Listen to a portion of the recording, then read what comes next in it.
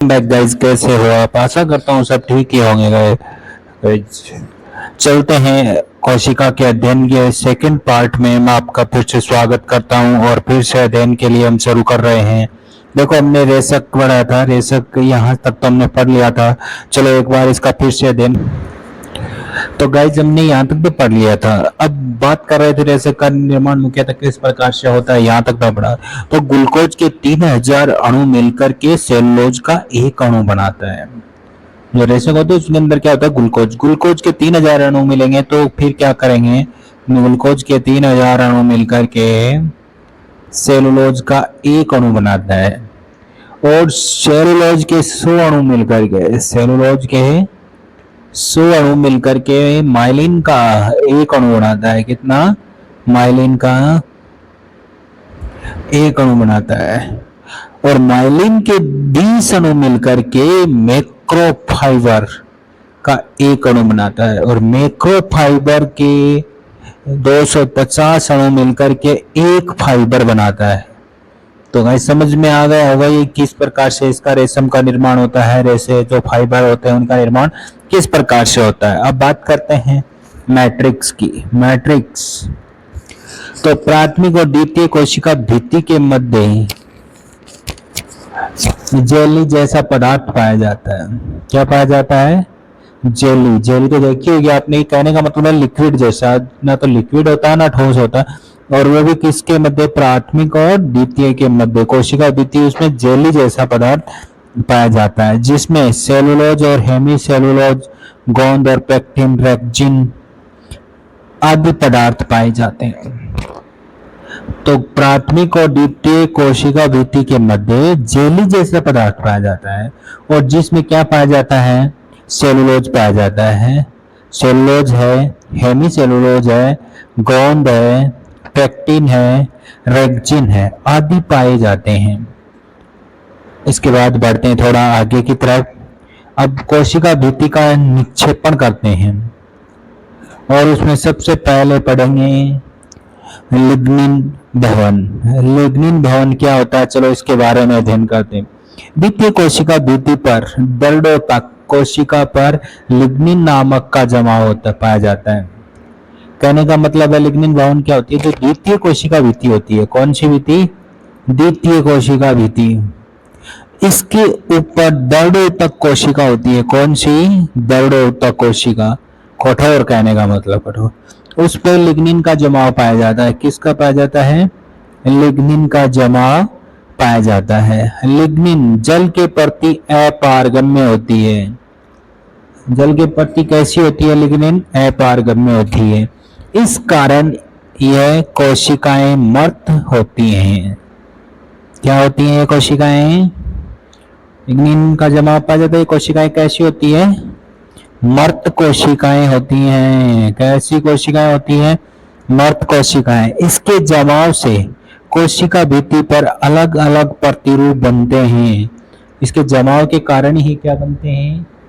कोशिका भित्ति होती है उस पर अलग अलग प्रतिरूप बनते हैं। और उन प्रतिरूपों की बात कर लेता हूं मैं। आगे बढ़ते हैं थोड़ा सा। तो वो प्रतिरूप मैं आपके सामने दिखा देता हूं किस प्रकार के प्रतिरूप बनते हैं। पहला प्रतिरूप बनता है सर्पिलाकार। कैसा बनता है? सर्पिलाकार। पहला प्रतिरूप कैसा बनता है? सर्पिलाकार। सर्पिलाकार बनता है। और दूसरा जो प्रतिरूप बनता है वो वलय आकार का बनता है, जो दिखाई दे रहा होगा आपको। देखो ये एक क्या है? कोशिका भित्ति है, उस पर दो राउंड सर्किल बने हुए हैं। राउंड सर्किल बने हुए हैं वो कैसे हैं? वलय वाले। तो इसको बोलते हैं वलयाकार। और तीसरा प्रकार होता है जालिकांत होता है। मतलब जाली बनती है, संरचना। कहने का मतलब है कैसी संरचना बनेगी? जाली आकार की संरचना बनेगी। और चौथा जो है वो बनेगा गर्त। गर्त का मतलब तो समझते होंगे, खाई बनेगी।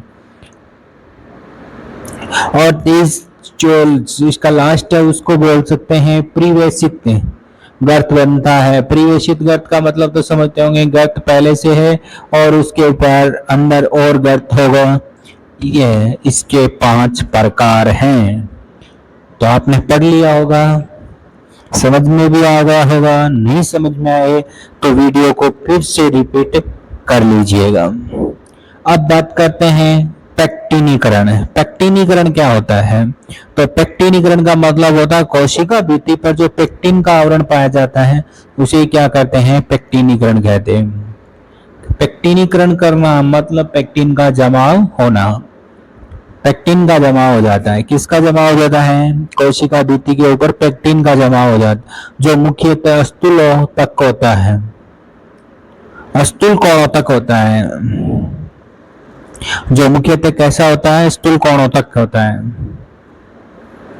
ये जल के प्रति क्या होता है? पारगम्य। पहले वाला कैसा था? अपारगम्य, जिसके कारण वह मट सेल या डेड सेल पाई जाती है। यहाँ पर स्थूल कोणों तक होता है, जो कि जल के प्रति पारगम्य होता है, अर्थात जीवित कोशिकाएं पाई जाती हैं। इसमें कैसी होती हैं? जीवित कोशिकाएं। और यह अधिकतर होता है द्विबीजपत्री पादपों में पाया जाता है। कैसे पादपों में होता है? द्विबीजपत्री पादपों में पाया जाता है। चलो आगे बढ़ लेते हैं थोड़ा सा। अब है सुबेनीकरण। अब क्या है आपका? सुबेनीकरण। सुबेनीकरण, तो सुबेनीकरण क्या? Cork cell wall. सुबेनीकरण, इसका जमाव कॉर्क सेल वाल पर पाया जाता है। सुबेनीकरण का जमाव होगा कहां पर? कॉर्क सेल वाल पे जमा होगा। और ये अपारगम्य होता है। ये भी क्या होता है? जल के प्रति अपारगम्य। तो जो अपारगम्य होगा वो क्या होगा? डेड सेल होगी, मृत कोशिकाएं होगी। क्यूटिनी भवन, नेक्स्ट है हमारा क्यूटिनी भवन।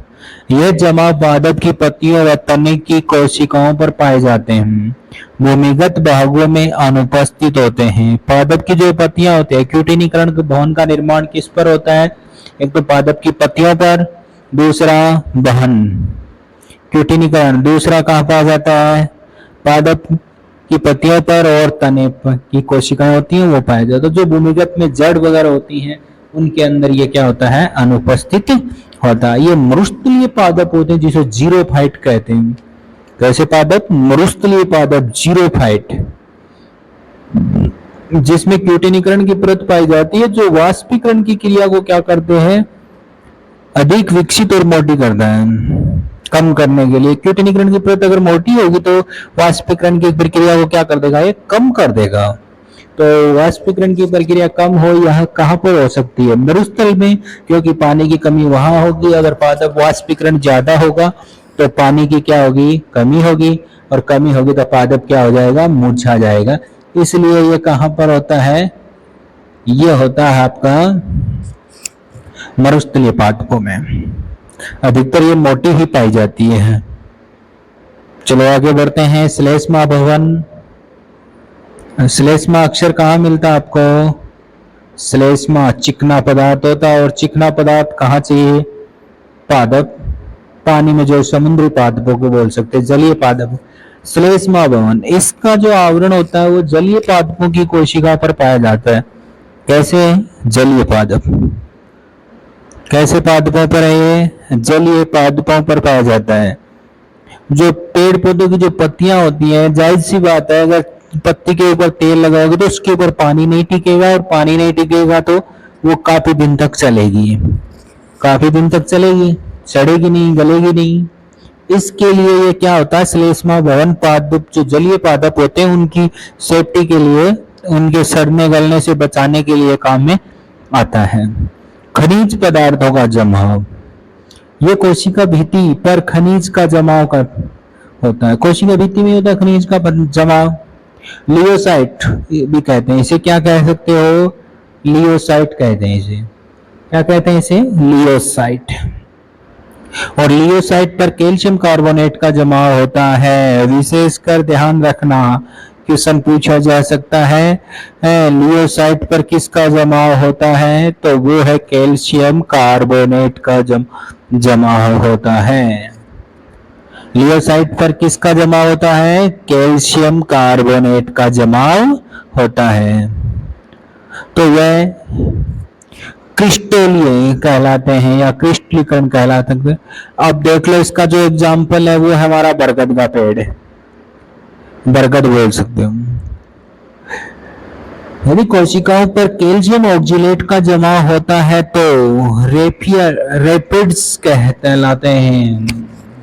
और अगर देखो कैल्शियम कार्बोनेट के अलावा कैल्शियम ऑक्जिलेट का जमाव हो जाए, किसका?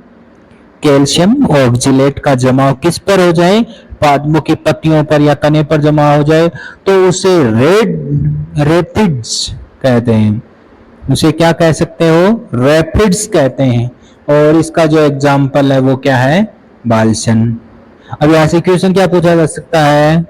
अगर पादप की पत्तियों पर कैल्शियम कार्बोनेट का जमाव न होकर कैल्शियम ऑक्जिलेट का जमाव हो जाए तो इसे क्या कहते हैं? या फिर इसका एग्जाम्पल पूछ लेगा। ऐसे पादप का एग्जाम्पल बताइए जिसकी पत्तियों पर तने पर कैल्शियम ऑक्जिलेट का जमाव हो। कैल्शियम ऑक्जिलेट का जमाव किस पर होता है? बालसन पर। और अगर वैसे पूछेगा तो रैपिड्स कहते हैं। क्या बोलते हैं इसको? रैपिड्स। इसके आगे बढ़ते हैं। प्लाज्मोडेस्मेटा। नेक्स्ट हमारा टॉपिक है प्लाज्मोडेस्मेटा। प्लाज्मोडेस्मेटा खोज किसने की थी? इसने स्टारबर्ग। खोज किसने की थी इसकी? स्टारबर्ग ने। प्लाज्मोडेस्मेटा है, खोज किसने की थी? स्टारबर्ग ने। खोज किसने की थी? स्टारबर्ग ने। कोशिका भित्ति लगातार न होकर कुछ जगह छोड़ पाई जाती है। कहने का मतलब है कोशिका भित्ति है वो लगातार नहीं होती है। जैसे कैसे समझाएं आपको? जैसे अधिक बॉल होती है, बॉल उनको इकट्ठा करोगे, एक के ऊपर एक बॉल रखोगे तो उनके बीच में क्या पाया जाएगा? स्पेस पाया जाएगा। उसी प्रकार से क्या होती है? कोशिका भित्ति होती है, लगातार न होकर के बीच में क्या पाया जाता है? इनमें स्पेस पाया जाता है। जिससे पास अनुपस्थित पादप कोशिकाओं में जीव द्रव्य संबंधित पाया जाता है, जो जीव द्रव्य संबंधित बन जाता है वो पाया जाता है, उसे प्लाज्मोडेस्मेटा कहते हैं। अब ये संरचना हो गई। अगर आपको समझाना हो तो मैं बता देता हूं। ये है, ये वाली हो गई, इसके पास ये हो गई, इसके पास ये हो गई, इसके पास ये हो गई, इसके पास ये हो गई, इस प्रकार से। और ये जो बीच में होता है ये क्या होता है? ये पाया जाता है, इसको बोलते हैं, इसको बोलते हैं प्लाज्मोडेस्मेटा। ये बाहर है जो कोशिका भित्ति है, अंदर है वो क्या है? प्लाज्मोडेस्मेटा बोल सकते हो इसको। क्या बोल सकते हो? प्लाज्मोडेस्मेटा। प्रोटोप्लास्ट क्या होता है? अब चलते हैं प्रोटोप्लास्ट का अध्ययन करने के लिए, तो आ जाओ अध्ययन कर लेते हैं प्रोटोप्लास्ट क्या होता है। प्रोटोप्लास्ट वह कोशिका जिस पर कोशिका भित्ति न पाई जाती है प्रोटोप्लास्ट कहलाता है। समझ में आ गया होगा प्रोटोप्लास्ट किसे कहते हैं? जिसके ऊपर कोशिका भित्ति नहीं पाई जाती है। सबसे बड़ी बात यह है कोशिका भित्ति नहीं पाई जाएगी तो क्या कहलाएगा? प्रोटोप्लास्ट कहलाएगा। अब बात करते हैं जीव द्रव्य प्रोटोप्लाज्म। अब बात करते हैं किसकी? प्रोटोप्लाज्म की बात कर लेते हैं। चलो तो करते हैं प्रोटोप्लाज्म। प्रोटोप्लाज्म की खोज किसने की थी? सबसे बड़ी बात है, सबसे पहले खोजकर्ता कौन है इसका? ये तो रहा आपका जीव द्रव्य जिसको इंग्लिश में बोलते हैं प्रोटोप्लाज्म। याद यही रखना है प्रोटोप्लाज्म। जीव द्रव्य मिले या न मिले लेकिन जीव द्रव्य का मतलब है प्रोटोप्लाज्म होता है, ये भी याद रखना। लेकिन कई बार इंग्लिश में लिखा होता पेपर में अंदर प्रोटोप्लाज्म की खोज किसने की थी। अब इंग्लिश में देखोगे तो भी प्रोटोप्लाज्म है, हिंदी में देखोगे देवनागरी भाषा में तो भी प्रोटोप्लाज्म लिखा होगा मिलेगा, जीव द्रव्य नहीं मिलेगा। तो चौंकना मत, चंबित मत होना, भ्रमित मत होना, प्रोटोप्लाज्म ही जीव द्रव्य है। और इसकी खोज किसने की थी? डुजार्डिन ने की थी। या डुजार्डे बोल सकते हो या डुजार्डिन बोल सकते हो। इसकी खोज किसने की थी? डुजार्डिन ने की थी खोज। खोजकर्ता कौन है इसके? डुजार्डिन या डुजार्डे। जीव द्रव्य शब्द किसने दिया था? पुरकिंजे ने। जीव द्रव्य शब्द किसने दिया था? पुरकंजे ने दिया था। कौन था जीव द्रव्य शब्द देने वाला? पुरकंजे। हक्सले ने जीवन का भौतिक आधार दिया था। हक्सले बोल सकते हो या हक्सले बोल सकते हो। इसने क्या दिया था? जीवन का आधार दिया था इसने। जीव द्रव्य क्या आपके जीवन का आधार ही है, और इसने भौतिक आधार बताया था। और इसके भी दो घटक होते हैं, एक कोशिका द्रव्य और दूसरा केंद्रक। पहला तो क्या है? कोशिका द्रव्य, और दूसरा क्या है? केंद्रक। याद रह जाएगा जीव द्रव्य। जीव द्रव्य की खोज किसने की थी? डुजार्डिन ने या डुजार्डे ने। जीव द्रव्य शब्द किसने दिया था? पुरकंजे ने। और जीवन का भौतिक आधार किसने दिया था? हक्सले ने दिया था। तो कोशिका द्रव्य और केंद्रक इसके दो भाग होते हैं। कोशिका झिल्ली, कोशिका झिल्ली, चलो इसका भी अध्ययन कर लेते हैं। कोशिका झिल्ली कोशिकाओं का जैविक आवरण होता है। कोशिका झिल्ली क्या होता है? जैविक आवरण। जैविक का मतलब होता है जो हमारे शरीर को भोजन दे सकता है। जैविक जिसको खा पी करके आप अपना गुजारा करते हो। वैसे ही कोशिका के अंदर बहुत सारे कोशिकांग होते हैं। उसका जो झिल्ली होती है उसको बोलते हैं कोशिका झिल्ली। कोशिका का जैविक आवरण होता है, ये पादप व जंतु दोनों में पाई जाती है। देखो कोशिका भीति केवल और केवल जंतु कोशिका पादप कोशिकाओं में पाई जाती है, जबकि कोशिका झिल्ली पादप और जंतु दोनों में पाई जाती है। पादपों में कोशिका झिल्ली के बाहर क्या पाई जाती है? कोशिका भीति जो जीवित होती है और मर्त डेथ सेल से बंधी होती है, उसको बोलते हैं हम कोशिका भीति। जो डेथ सेल तो जंतुओं में तो होती नहीं है, केवल किसमें होती है? पादपों में पाई जाती है। कोशिका झिल्ली की संरचना का सिद्धांत किसने दिया था? चलो इसका भी अध्ययन कर लेते हैं। कोशिका झिल्ली का सिद्धांत किसने दिया था?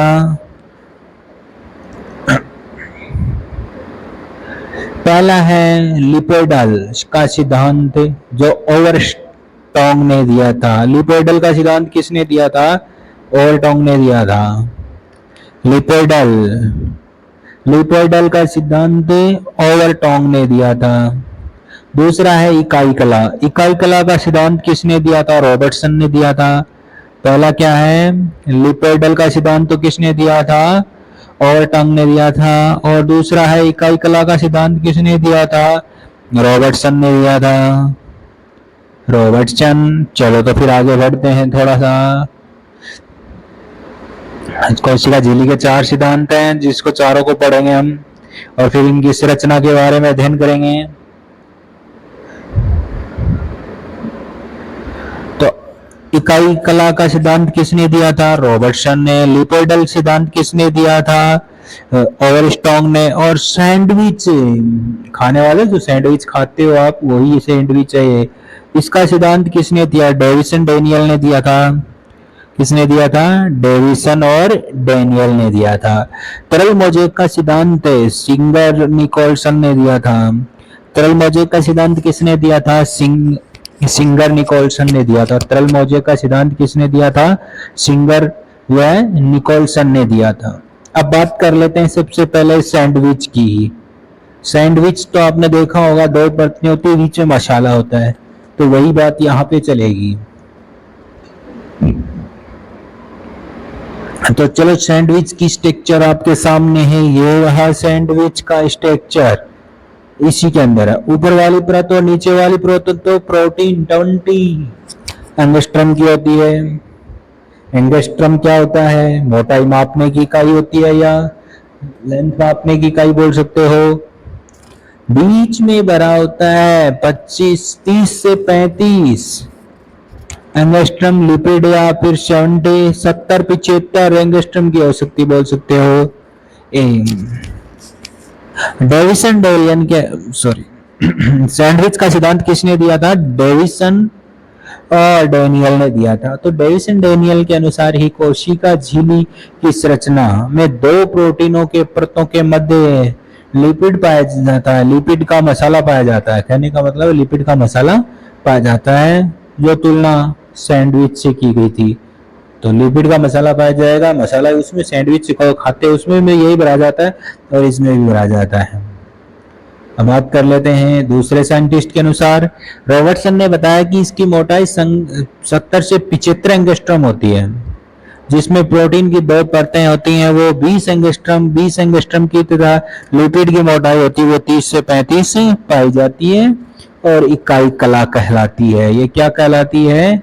इकाई कला कहलाती है। चलो अब तरल मोजेक का सिद्धांत देख लेते हैं। तरल मोजेक क्या कह रहा है? यह आपके सामने तरल मोजेक का सिद्धांत है। तो इसमें क्या पाया जाता है? छोटी छोटी तरल की बूंदें मान सकते हो आप। प्रीदीय प्रोटीन होते हैं, इसके चारों तरफ क्या होती है? प्रीदीय प्रोटीन, उसके बीच में डॉट के रूप में चारों तरफ वसा होती है, प्रोटीन होती है। कहने का मतलब है ये तो क्या है? प्रीदीय प्रोटीन। ये क्या है? वसा। और ये जो डॉट डॉट दिखाई चक्कर दिखाई दे रहे हैं आंतरिक प्रोटीन होता है। द्वितीय प्रोटीन परिधीय प्रोटीन होगा, अंदर प्रोटीन होगा और आंतरिक प्रोटीन होगा। इसमें प्रोटीन होता है वो 60% होता है, वसा होती है वो 39% होती है, जो कार्बोहाइड्रेट होती है वो 0.01% होती है। कार्बोहाइड्रेट कितनी होती है? 0.01% होती है। कार्बोहाइड्रेट कितनी होती है इसमें? 0.01% होती है। तरल मोजेक का सिद्धांत किसने दिया था? सिंगर निकोलसन ने दिया था। तरल में क्या पाया जाता है? मोजेक में बाहरी प्रीदीय प्रोटीन पाया जाता है और आंतरिक प्रोटीन पाया जाता है, और इनके बीच में जो स्पेस होता है उसमें क्या पाया जाता है?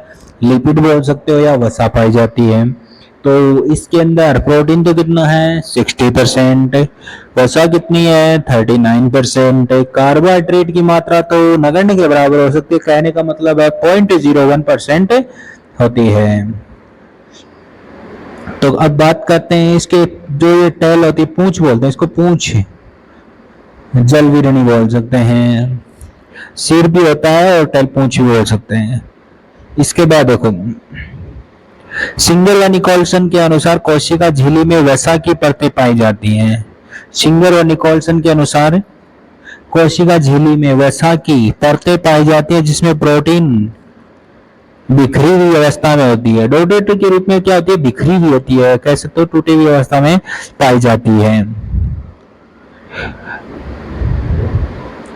अब प्रोटीन दो प्रकार की होती है, एक आंतरिक प्रोटीन हो सकती है जो इंटररिएक्शन होती है और दूसरी वसा के अंदर होती है और अलग नहीं किया जा सकता।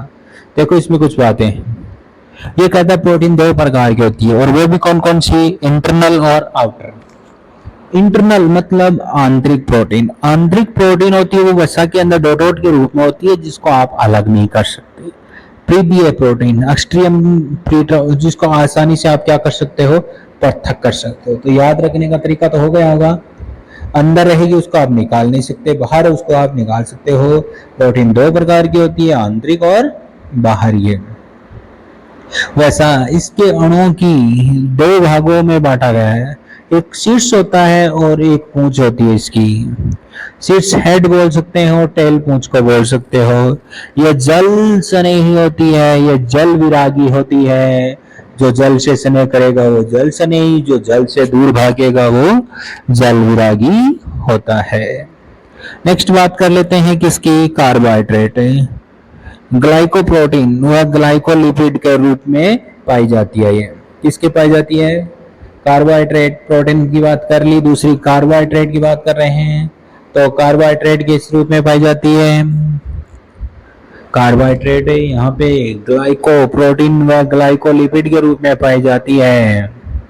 अब बात करते हैं कोशिका झिल्ली के रूपांतरण की।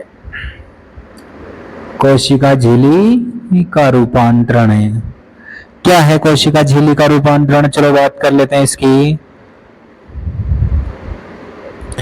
कोशिका झिल्ली के रूपांतरण, पहला है माइक्रोविलाई। कोशिका झिल्ली में अंगुलीनुमा संरचना पाई जाती है। यह अंगुलीनुमा संरचना का निर्माण होता है जिसमें माइक्रोविलाई कहते हैं। अंगुलीनुमा संरचना पाई जाती है जिसे क्या कहते हैं, माइक्रोविलाई कहते हैं। अंगुलीनुमा संरचना पाई जाती है जिसे माइक्रोविलाई कहते हैं। याद रह जाएगा, कोशिका माइक्रोविलाई कहते हैं। कोशिका झिल्ली में अंगुलीनुमा संरचना पाई जाती है। यह अंगुलीनुमा संरचना का निर्माण होता है जिसे माइक्रोविलाई कहते हैं। यह पाए जाते हैं, ये जिस स्थान पे पाए जाते हैं ना उसे कहते हैं ब्रूश ऑर्डर। क्या कहते हैं उसे, ब्रूश ऑर्डर। और कहाँ पाया जाता है ब्रूश ऑर्डर, छोटी आंत में पाया जाता है। ब्रूश ऑर्डर कहाँ पाया जाता है, छोटी आंत के अंदर पाया जाता है। तो याद रह जाएगा माइक्रोविलाई, सॉरी, कोशिका झिल्ली में अंगुलीनुमा संरचना का निर्माण करती है, पहली बात तो ये। और जहां पे ये संरचना का निर्माण करती है उसे माइक्रोविलाई कहते हैं। और माइक्रोविलाई जिस स्थान पे पाया जाता है उसे ब्रूश ऑर्डर कहते हैं। और ब्रूश ऑर्डर कहाँ पाया जाता है, छोटी आंत में। बस इतनी सी बात है। लाइसोसोम, अब बात करते हैं किसकी, लाइसोसोम की। लाइसोसोम कोशिका झिल्ली के बहिर्वलन में या लोमासोम कहलाता है। बहिर्वलन लोमासोम कहलाता है। यह कवक कोशिकाओं में बनता है। यह कवक कोशिकाओं में बनते हैं। कहाँ बनता है लाइसोसोम, कवक कोशिकाओं में। इसके बाद है मीजोसोम, जो नील हरित कोशिका, नील हरित शैवाल होते हैं उसमें पाया जाता है। मीजोसोम, नील हरित शैवाल। नील हरित शैवाल में कोशिका झिल्ली के अंतःवलन को मीजोसोम कहलाता है। मीजोसोम क्या होता है, जो नील हरित शैवाल होते हैं ना उसके जो अंत कोशिका झिल्ली होती है, अंतःवलन बोल सकते हो, कहलाती है। इसमें माइटोकॉन्ड्रिया नहीं पाया जाता। ध्यान रखना, मीजोसोम के अंदर क्या नहीं पाया जाता है, माइटोकॉन्ड्रिया नहीं पाया जाता है। माइटोकॉन्ड्रिया ये श्वान अंग की भांति काम करता है। ये खुद ही क्या करता है, श्वसन क्रिया करता है। इसमें माइटोकॉन्ड्रिया नहीं पाया जाता तो ये श्वसन अंग की भांति खुद कार्य करेगा। अगर पूछ लिया जाए मीजोसोम है वो किसके कोशिकांग में श्वसन अंग की भांति कार्य करता है तो वो है मीजोसोम। मीजोसोम के अंदर ये क्या करता है, माइटोकॉन्ड्रिया की अनुपस्थिति होती है। पहली बात तो ये याद रखना है। दूसरा, ये श्वसन अंग की भांति कार्य करता है। कोशिका झिल्ली के कार्य, अब बात करते हैं किसके, कोशिका झिल्ली के कार्य।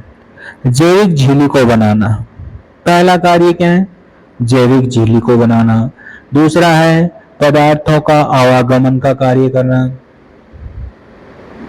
जैविक झिल्ली बनाएगी, पदार्थों को लेकर आएगी, वापस ले जाए। आवागमन, आने और जाने का। आवागमन दो प्रकार का हो सकता है। आवागमन कितने प्रकार का, दो प्रकार का। कोशिका झिल्ली या कोशिका द्वारा झिल्ली के मध्य से पदार्थों को ग्रहण करना एंडोसाइटोसिस कहलाता है। क्या कहलाता है, एंडोसाइटोसिस।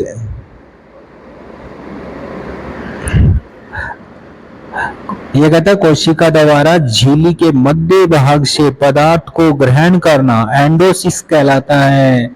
आवागमन दो प्रकार के होते हैं। जो कोशिका झिल्ली होता है उसके मध्य भाग से पदार्थों को क्या कर लेती है, ये ग्रहण कर लेती है। और उस क्रिया को क्या कह सकते हो, एंडोसाइटोसिस कहते हैं। एंडोसाइटोसिस, ये रही आपकी प्रक्रिया एंडोसाइटोसिस। एंडोसाइटोसिस की क्रिया भी दो प्रकार की होती है। एक तो है पिनोसाइटोसिस और दूसरी है फेगोसाइटोसिस। पिनोसाइटोसिस, ये तरल, पीने का मतलब होता है पानी, पानी पीते हो आप तो तरल पदार्थों को, और फोगो का मतलब होता है ठोस। फोगो का मतलब क्या होता है, ठोस। तो फोगोसाइटोसिस, तो लिक्विड होगा तो पिनोसाइटोसिस और ठोस होगा तो फोगोसाइटोसिस। तरल पदार्थों को ग्रहण करेगा तो पिनोसाइटोसिस और ठोस पदार्थों को ग्रहण करेगा तो फोगोसाइटोसिस। पदार्थ को बाहर निकालने की क्रिया को क्या कहते हैं, एक्सोजाइटोसिस कहते हैं। एक्सो का मतलब होता है बाहर निकालना ही होता है। एक्सोसाइटोसिस का मतलब होता है पदार्थों को बाहर निकालने की जो प्रक्रिया होती है उसे क्या कहते हैं, एक्सोसाइटोसिस। अब बात कर लेते हैं कोशिका द्रव्य। साइटोप्लाज्म क्या होता है, साइटोप्लाज्म में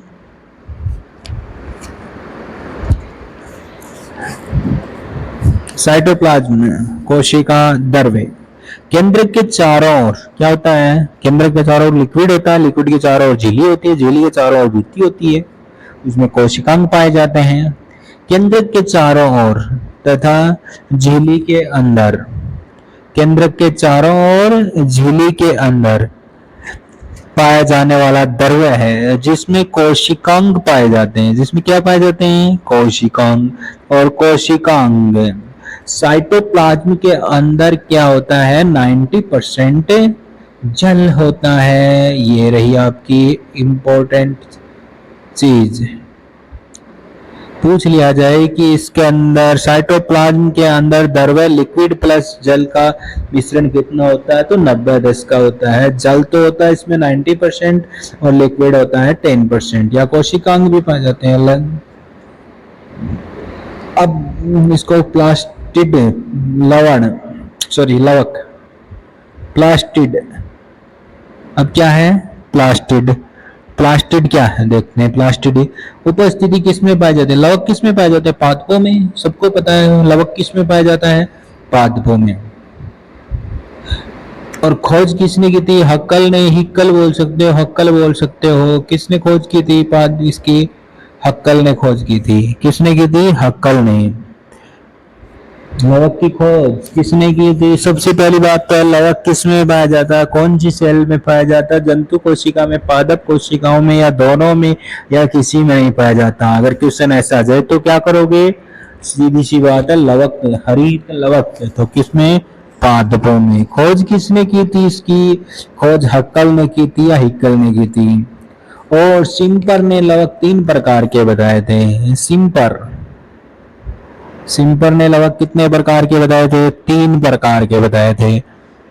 तो पहला है ल्यूकोप्लास्ट, दूसरा है क्रोमोप्लास्ट और तीसरा है क्लोरोप्लास्ट। अवर्णीय लवक, वर्णीय लवक और हरित लवक। देखो सिम्पर ने लवक 3 प्रकार के बताए थे और उनमें से पहला लवक था अवर्णीय लवक, दूसरा था वर्णीय लवक और तीसरा कौन सा था, हरित लवक। चलो तो तीनों का अध्ययन कर ही लेते हैं। ल्यूकोप्लास्ट ये रंगीन होता है, कैसा होता है ये, रंगीन, कलरफुल होता है। ये कैसा होता है, ये कलरफुल होता है, ये रंगीन होता है। ये पादपों में भोजन का संचय करते हैं। ल्यूकोप्लास्ट रंगीन होता है जो पादपों में। हरित लवक हरे कलर का होता है जो भोजन का क्या करता है, संग्रहण करता है, संचय करता है। इसके बाद है माइकोप्लास्ट। माइकोप्लास्ट कार्बोहाइड्रेट का संचय करता है, किसका करता है, कार्बोहाइड्रेट का। माइकोप्लास्ट होता है वो कार्बोहाइड्रेट का संचय करता है। इसके 2 प्रकार हैं, इलियोप्लास्ट और एलुरोप्लास्ट।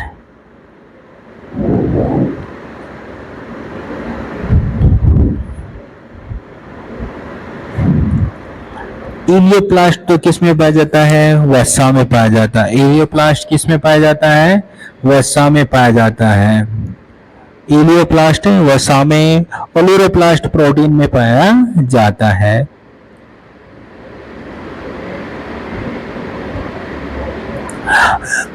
एटिलियोप्लास्ट पादप कोशिकाओं को अंधेरे में रखा जाता है, रखा जाए तो वसा का वाष्पशील पदार्थ का निर्माण होता है और प्रकाश में लाने पर पुनः विघटित हो जाता है। ठीक है, स्पेशली बात याद रखने लायक बात है। क्या कह रहा है, एटियोप्लास्ट, एटियोप्लास्ट का मतलब क्या होता है, जो पादप कोशिकाओं को अंधेरे में रखा जाए तो वो वसा वह वाष्पशील पदार्थ का निर्माण हो जाता है। क्या होता है, वसा और वाष्पशील पदार्थ का क्या होता है, निर्माण। और प्रकाश को लाने में पुनः विघटित हो जाता है, प्रकाश में लाने पर क्या होता है, पुनः विघटित हो जाता है। अब है क्लोरोप्लास्ट, वर्णीय लवक। अब दूसरा कौन सा है, क्लोरोप्लास्ट वर्णीय लवक। ये पादप कोशिकाओं में विभिन्न प्रकार के वर्णक होते हैं, कितने भी प्रकार के हो सकते हैं, अलग अलग वर्णक होते हैं, अलग अलग रंग के लिए उत्तरदायी होते हैं। ये अब जैसे आपका हरी मिर्च देखी है, टमाटर देखा है, गाजर देखी है, सब अलग अलग है। अब जैसे इसमें पूछ लिया जाए कि वर्णक होता है क्लोरोप्लास्ट का एक वर्णकित है, टमाटर का रंग लाल होना किसने है, लाइपिन के कारण है।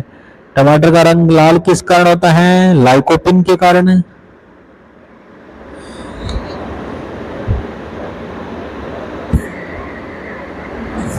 और गाजर का रंग कैरोटीन, चुकंदर का बिटर। ठीक है, जो भी है, लाइकोपिन।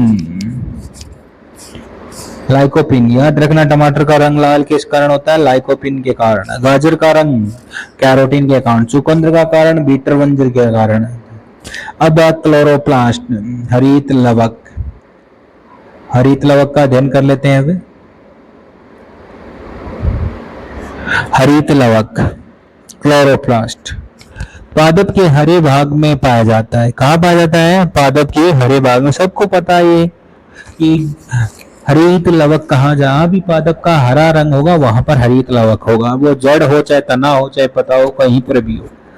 प्रकाश संश्लेषण की क्रिया के दौरान भोजन का क्या करता है, निर्माण करता है।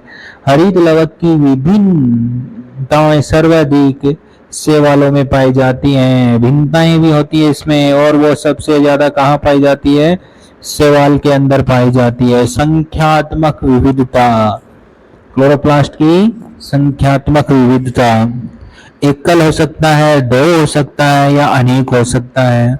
एकल तो एक तो क्लोमाइडोमोनास, वॉलवॉक्स, क्लोरेला। पहला कौन सा है, ये लो एकल, क्लोमाइडोमोनास, वॉलवॉक्स, क्लोरेला।